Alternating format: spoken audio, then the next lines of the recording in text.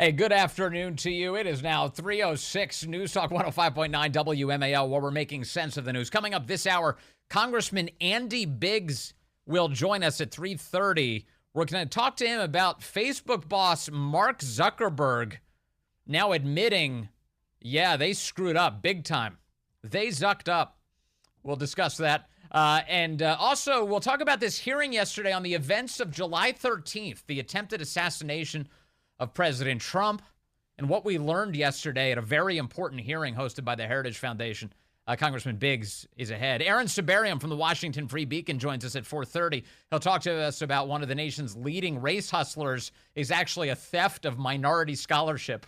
Hilarious. And Miranda Devine from the New York Post joins us at 5 o'clock. You can join us at 888-630-9625, 888-630-WMAL.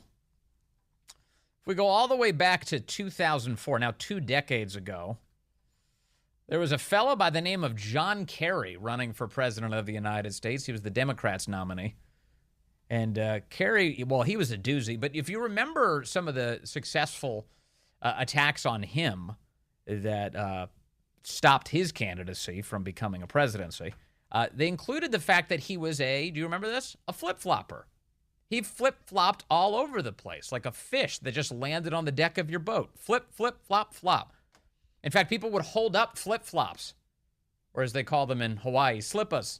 They would hold them up, and they'd wave them around saying, this is John Kerry. John Kerry's a flip-flopper. He doesn't believe in anything. He's inauthentic. He's a phony. He's only politically expedient. He's not evolving for any legitimate reason. He's just making it up as he goes along to try and pull a fast one on voters so that they'll support him. So that was one of the big things. Also, there was the litigating his time in the Vietnam War. Also, the Botox that was heavily injected into his face. There were all sorts of fun themes that we discussed back in 2004. And his flip-flops included whether or not we should go to war in Iraq. He flip-flopped all over the place on that subject. He flip-flopped on wartime funding. He flip-flopped on that. Billions upon billions of dollars of wartime funding. An Israeli security fence. That was one of the big issues back in 2003. The Patriot Act. He was flip-flopping. He voted for it, by the way, which, of course, ended up being very punishing to not terrorists, but instead American citizens ever since it's been passed.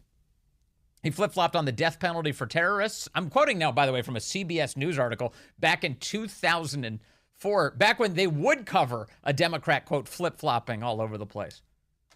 He flip-flopped on releasing strategic petroleum reserves. He flip-flopped on affirmative action. He flip-flopped on trade policies. He flip-flopped on no child left behind. That was the Bush-era education policy.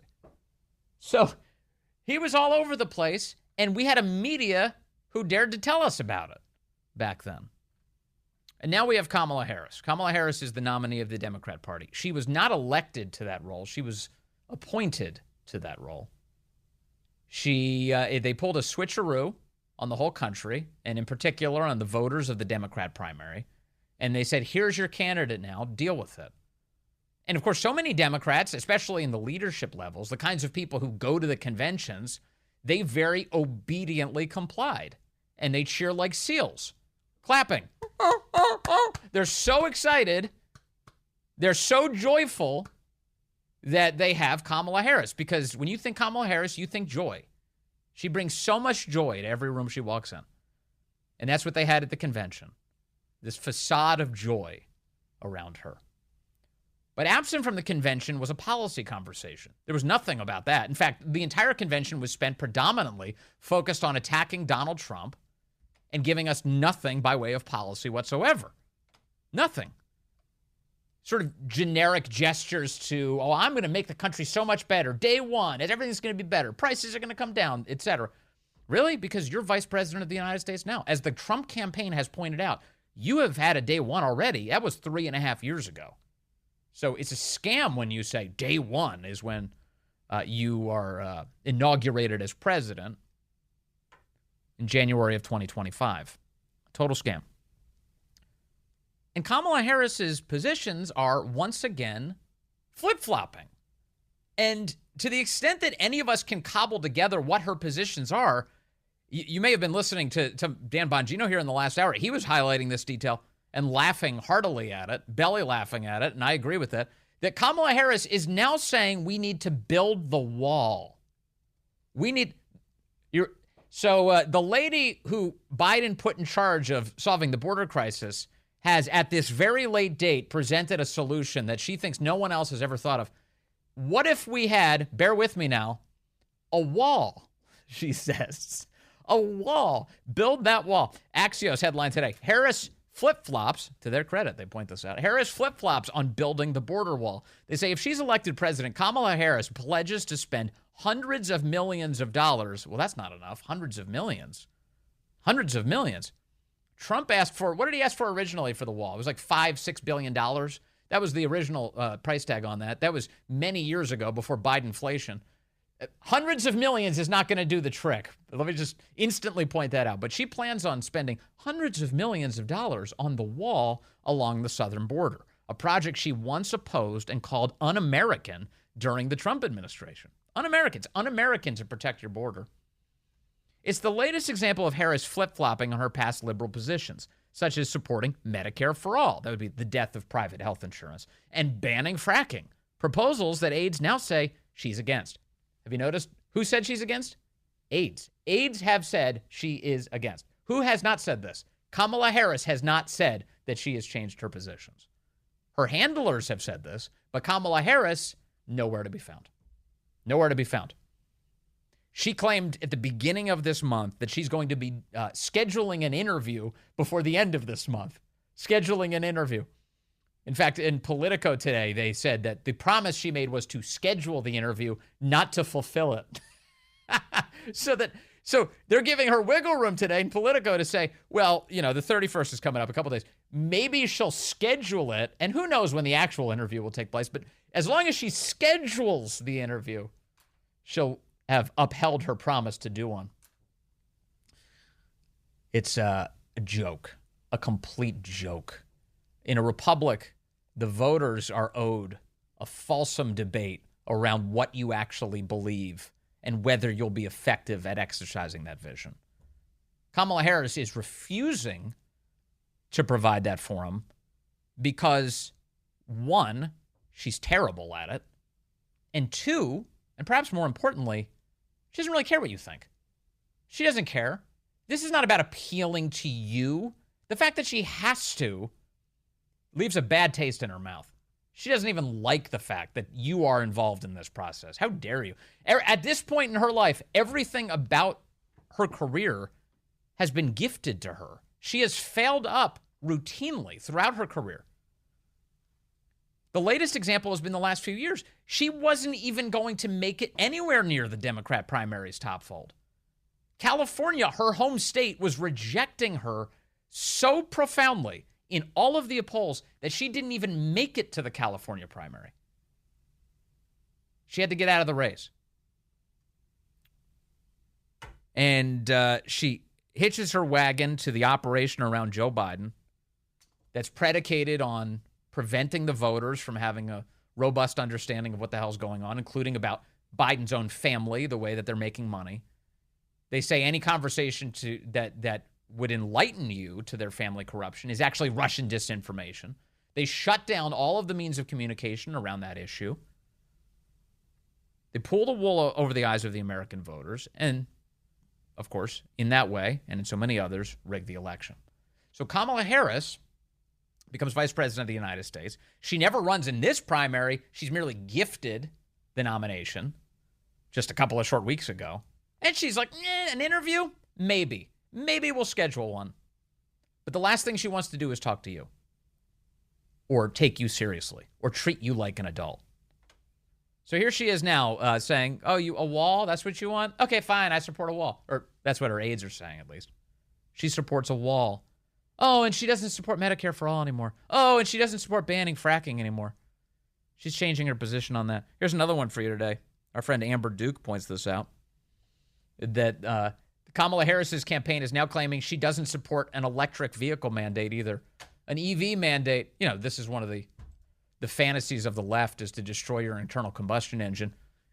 All of them believe it. Kamala Harris believes it. She co-sponsored a bill in 2019 called the Zero Emissions Vehicle Act. It requires car manufacturers to sell only non-internal combustion engine vehicles by 2040. She's literally a co-sponsor of the legislation. Oh, she doesn't support that now. Oh, really? What evolved in her thinking? And please be really specific. What changed about your thinking? What led to this revolutionary change of heart? Are you convinced that the climate crisis is no longer a problem? That carbon is no longer a problem? That the seas aren't rising to swallow up the earth? Is that your view? Has it changed? Of course not. This is all a facade. This is a scam. This is an IQ test, is what it is. This is an attempt to find out how stupid you are as a voter. Oh, build the wall, says Kamala Harris? What? If she knew how to operate a wrecking ball, she would be swinging it through whatever wall we have right now. It's a pose. It's a fake. It's a phony, just like everything else about her career. Build the wall. No tax on tips, she recently adopted. I'm telling you, if she ever does this interview, if she shows up wearing a MAGA hat and a Trump wig, I will not be surprised. I will not be surprised. Oh, of course, I want to make America great again. That's what I want. Oh, please. It certainly tells you something, though, about, certainly it tells you a lot about Kamala and how shallow these Democrats are. The lengths to which they're willing to go. They will lie to you about literally anything. We're for walls now. It tells you why Donald Trump has been so successful. They're adopting his positions. There's a crystal clear reason for that. It's because that's what the voters believe in. In fact, think about all of these illegals are in the country, right? Illegal aliens have poured into the country, tens of millions of them. What does the polling say about what Americans think should be done to address this? Do you know the answer to this? What does the polling say? When you ask Americans, how do we resolve this illegal alien crisis in the United States? What is the answer? Deport them is the answer. And this isn't a close question. It is an overwhelming majority of the American people, of every skin color, of every gender, all 500 of them. They all say, deport people who are here illegally. Hold them accountable. Now, does that mean that Americans will, in the end, have the stomach for it if people start being deported? We'll see. We'll see. I happen to think that there's a bunch of ways you can compel people to leave the country. You can grab them, drag them out of the country, or you could get rid of all of the incentives for them to stay here, right?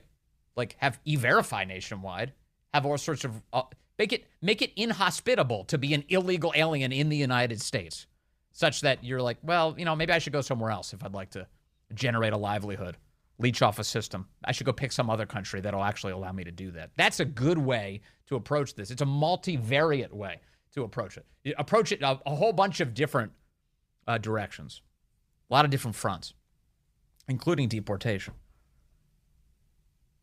But that's where the American people are. And so what you're hearing come out of the Kamala campaign right now is, oh, we're for anything that's popular. That's popular. Yeah, we're for that. They're telling you, and it's only because it's an election year. Do you think in the end that Kamala Harris and the people around her really want to give a break to waitresses, to waiters, to service workers? Do you really think that's what they want to do? Hell no. They're hiring IRS agents just to go after those people. They actually have dispatched the IRS to aggressively try to enforce tip earners, to make sure that you're paying your taxes. You better not be getting cash that we don't see. We're going to dig into every nook and cranny in your life to establish how much money you're keeping from us. That's the Biden-Harris administration's actual policy. No tax on tips. Never. Never. They'll never do it. They'll never fight for that worker. They're fighting that worker. They're trying to hurt that person. That's what's happening in real life. And they're telling you lie after lie. And it's the most brazen possible lies. These aren't even intelligent lies. These are not gradations. It's not shades of gray, not, putting a little spin on the ball about what they're doing. They're straight up saying, We're for building walls and no tax on tips. That's what they're claiming to you right now with a straight face. So once again, this is an IQ test. And the question becomes, will you fall for it? Will you fall for it? And I know for the people within the range of my voice right now, the answer is almost certainly no, and you shouldn't. In case you were wondering what Kamala Harris's past positions on the border wall have been, well, we jump in the Wayback Machine here. Colin Rugg on X did a nice job of pulling some of these. Here's Kamala Harris in the past. And folks, on the subject of transnational gangs, let's be perfectly clear. The president's medieval... Can you imagine listening to this for 4 years? I just want to ask you. You ready for that? You excited for that? Vanity project is not going to stop them. Medieval vanity project is not going to stop them. That was 2019, she said. This issue is about a vanity project for this president. Right. And it is a problem of his own making. She's now featuring images of Trump's border wall in her own advertising. Right. And listen, when I travel this country, folks have plenty enough problems that they need their president to focus on. You know what? Instead of a wall that, by the way, because I was a prosecutor for many years, including the Attorney General of California. Barf. I specialize on transnational criminal organizations. Yeah. Barf again. That wall ain't gonna stop them. No. That's right. No.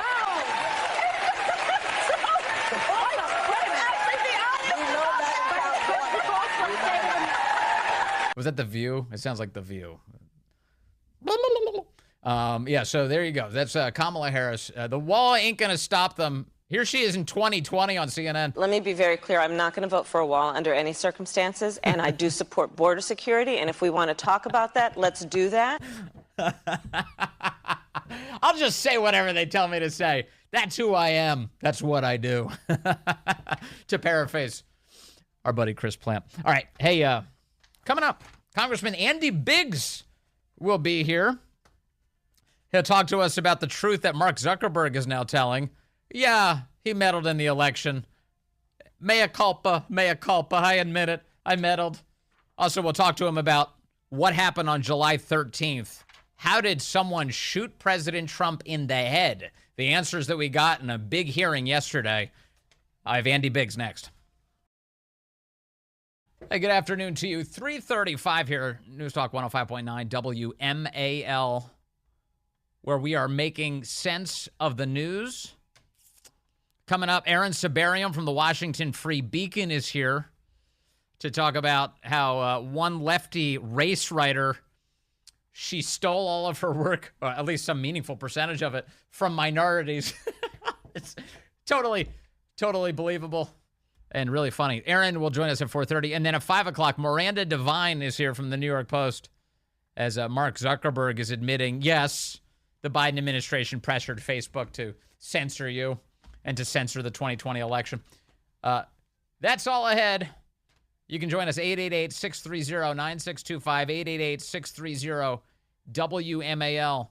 Yesterday at the Heritage Foundation, a number of lawmakers and experts on the Secret Service were testifying on the events of July 13th, the attempted assassination of President Trump, the murder of Corey Comparator.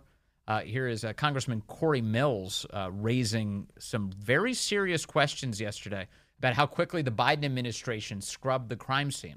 Was each individual building numbered, and was those indicated during the time of the actual security planning? Where is Thomas Crooks as far as the toxicology and all the other reports? Where was the white van, and what is the follow-up? Why was the FBI so early to release? And even Attorney General Pam Bondi, the former Florida Attorney General, said she had never seen in her time as the Attorney General a crime scene released at such a rapid pace. What was the coroner's understanding of when the body was released, why and how? Why is it that they did not show up to the morning briefing? Why was the Kubota dealership only 400 yards away not being looked at? Where are the encrypted accounts, and why are we not getting further information? Again, I think that we're understanding that we've investigated the culture of the Secret Service and what needs to change and why DEI is not healthy for our military, for our security services, or otherwise. But I think that we need to further investigate the questions of why did this take place, how did this take place, and what do we do to prevent it in the future and moving forward? And it's deeply unsatisfactory that we don't have good answers to any of those questions. Here to tell us more is Congressman Andy Biggs. He was present yesterday for this important hearing. Congressman, good to have you back with us, sir. Yeah, Vince, thanks for having me. Good to be with you. And I got to be honest, every time I see you in one of these venues, I think, oh, thank goodness Congressman Biggs is there, because you're such a reliable reporter on these events, and we like talking to you about them. So tell us, if you will, what are your top-line takeaways from this important hearing yesterday? Well, there's a bunch, but first of all, that there's systemic failure. So we all know that from the Secret Service, but it wasn't just a few pieces of action that were not done properly. This was system-wide. I mean, this was everything from why did you choose the perimeter boundaries that you chose? Yeah. Why did you not even have a counter surveillance unit on scene?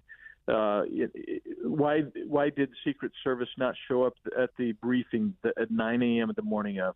Why did they refuse to take the communications radios that the local communications center was providing to everybody? I mean, this becomes it's system-wide, but it's not just there, Vince, when we start thinking about it. It isn't just the failures of July 13th.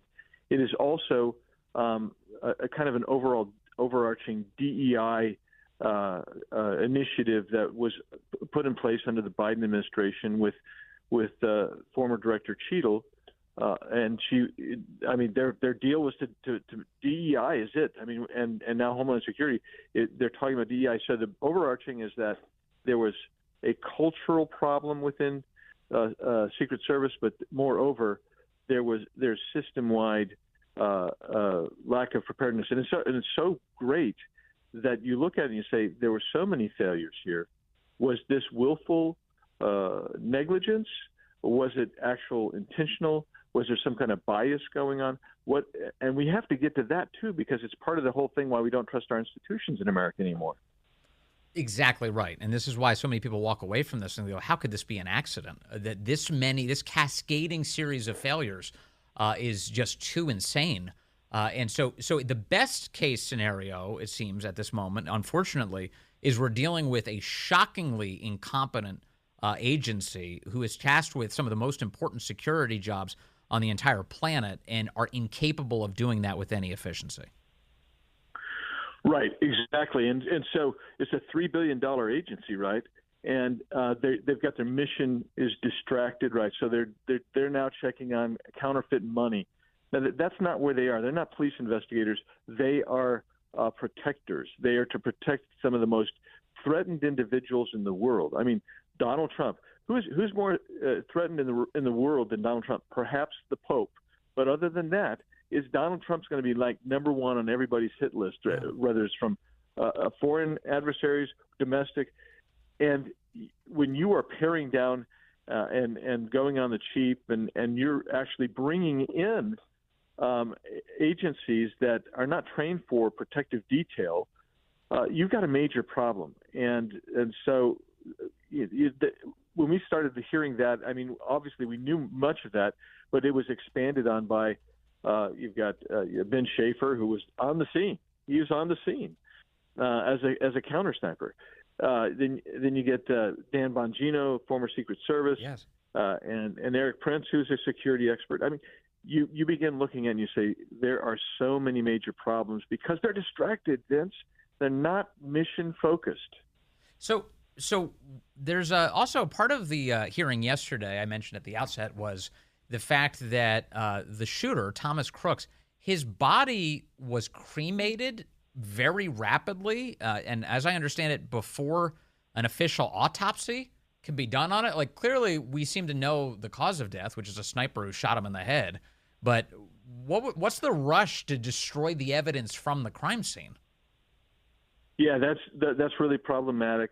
They should not have allowed a cremation, and they also should not have been washing down and cleaning up the crime scene less than 72 hours after the incident, which is also, I mean, these are suspicious things. I mean, there's like, well, Why are you doing that? What instantly makes me think of the cocaine in the White House. The Secret Service destroyed the cocaine in the White House and said, sorry, we can't investigate this any further. That's, again, to this day, that strikes me as corrupt, actually, frankly. Right. Yeah. And on that's Cheadle. So you actually had line agents saying, we don't want to destroy that. We don't want to get rid of that evidence. And they have found what they've told me is, which I don't really yet fully understand, is a partial DNA trace. So the bottom line is they know whose coke it was in the White House, right? But we don't have. They're not releasing that to us. And this is part of the problem. This is why when Mr. Prince said yesterday, and I've been advocating this for a long time, as Chip and everybody else on that panel, you have to use your leverage, which is the money. The money, and you got to say, we're not going to spend money on DEI, and we're not going to, we're going to have to eliminate certain positions until you start giving us the full story, give us the documents, give us the whatever it is we want. It works as a tremendous leverage tool that the founders of this country understood, which is why they gave it to the House of Representatives. And we just need more of my colleagues to understand that and basically tell Secret Service and other agencies that are withholding information from us, give us the information. We want to see it because the American people should have a right to know this. Yeah, and this is just disgraceful. I mean, if you got a couple of junior police officers who handle crossing guard duties at a high school, they could have organized a better security plan than these guys did. The idea that they didn't have interoperable radio systems, that local cops panicking as they're yelling that there's a shooter on the roof can't be heard by the Secret Service, this is moronic. It is so far beyond fixable. It seems to me that we should just take it all down to the ground and build up something new because this isn't working, Congressman.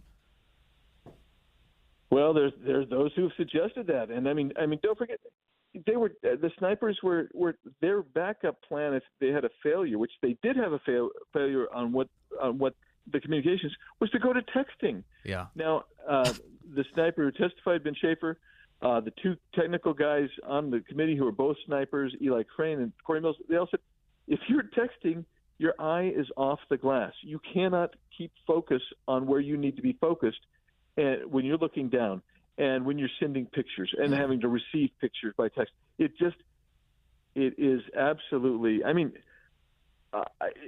And if you're 5'2" and the protectee is 6'4", you're not shielding him from bullets. This is obvious stuff, and it's really disgraceful and it's another sign that, by the way, the government should be in control of anything. They can't even do the simple tasks they're required to do. Yeah. And don't forget the water tower. The water tower is huge because it is by far the highest vantage point, and they didn't have anybody up there. And if you have somebody up there, they could have spotted that shooter immediately. Or like a cherry picker.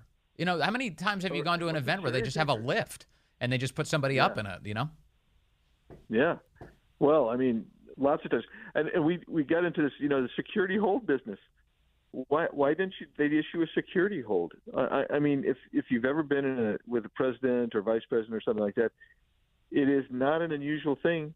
If you see somebody that's kind of a suspicious person or a threat, they will stop. They will stop where they are. They wouldn't bring him out, but instead they put him, as they say, on the X, President Trump on the X, even though 30 minutes before the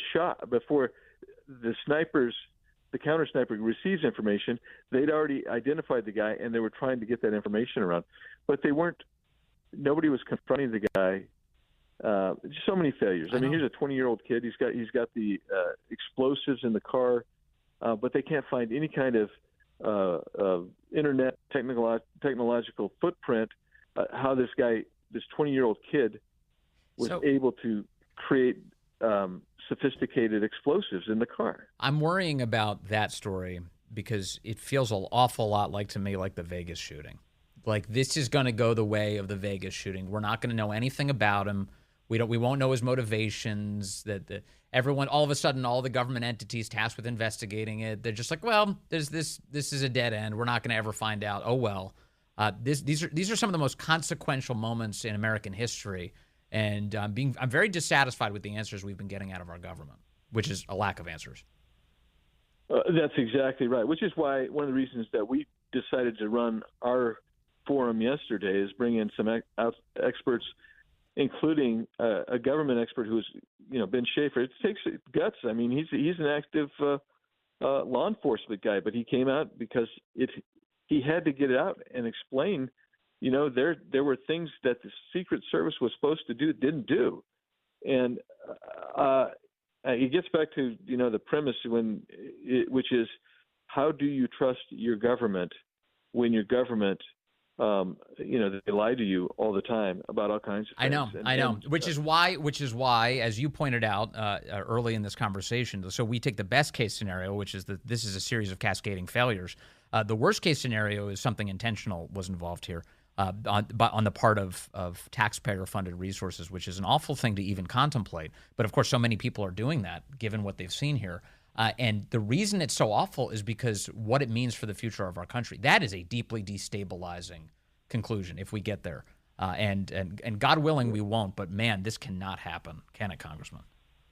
No, it can't happen. But it gets to the point, Mike Lee made this very soon after the incident. He said, look, when David and let's go back to the Old Testament. You got David and Bathsheba, right? So he has an affair with Bathsheba, and she gets pregnant. And he wants to destroy her husband.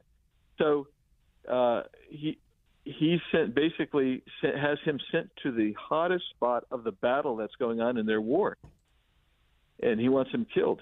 That's kind of, it's not. Nobody pulled the trigger. It was the enemy that pulled the trigger. But here's the deal. Yes. That kind of willful ignorance, willful negligence, whatever you want to call it, is still got intentionality behind it. And it gets to the whole thing. Why no counter surveillance? Why no counter sniper on that roof? Why did Jill Biden, an indoor event, who has no line of authority, she is not entitled to any protection other than the First Lady stuff. Why did she have 3 times as many Secret Service folks assigned to her that day as opposed to Donald Trump? I mean, why was there no drone? Why was there no drone floating overhead, looking at the crowd and everything? And just so many things that make it look like David and Bathsheba and that incident. And you're arriving at the point that I've arrived at, and I've talked about a lot, which is that I think this is the cleanest way to understand this event at the very least, which is that the Biden administration doesn't take seriously the idea of protecting Donald Trump. Donald Trump, please, they hate everything about him.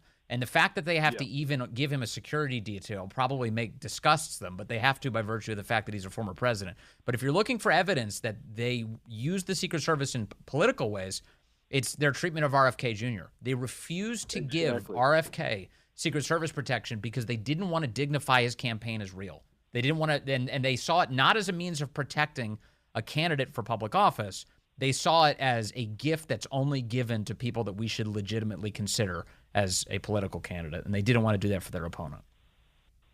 Well, absolutely, but I think contextually there's another aspect of this too. And Benny Thompson, member of Congress, actually ran legislation to remove Donald Trump's Secret Service detail and from President Trump's family, et cetera. Yeah. This is one of the most threatened guys in the country, and this is what the Democrats do. They've done everything else they possibly could. It's total Trump derangement syndrome. They've done everything else they possibly could to stop him. Yeah. And then it was like, well, okay, now let's take away his security detail. If we could do that, maybe something bad will happen to President Trump. Benny Thompson. Never would have seen that coming. I didn't know he was an out-of-his-mind Trump antagonist. I had no clue. He's a disaster. He chaired the January 6th committee. Ridiculous. Yes. What unbelievable. Yeah. He never stops. Congressman Andy Biggs, you never stop joining us and giving us good intel on all of this. Thank you very much. Good to talk to you again, sir. Yeah, Vince, take care, man. All right, be well. That's Congressman Andy Biggs of Arizona from both the House Judiciary and House Oversight committees. So he's got a good perspective, and I'm glad he brings it to us often. Okay, we will get to Mark Zuckerberg and his letter to Congress this week with Miranda Devine. Mark Zuckerberg now admitting, we meddled in the 2020 election. We shouldn't have just believed the CIA's claims that the Hunter Biden laptop was Russian disinformation. Oops, our bad.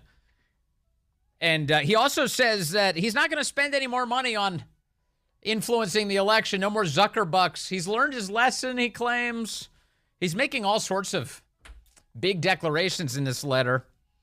Can he be trusted in any way? Miranda Devine will join us coming up at 5 o'clock. We'll talk about that. And Aaron Sibarium is here in the next hour as another lefty had to steal her work to get ahead. We'll tell you all about it.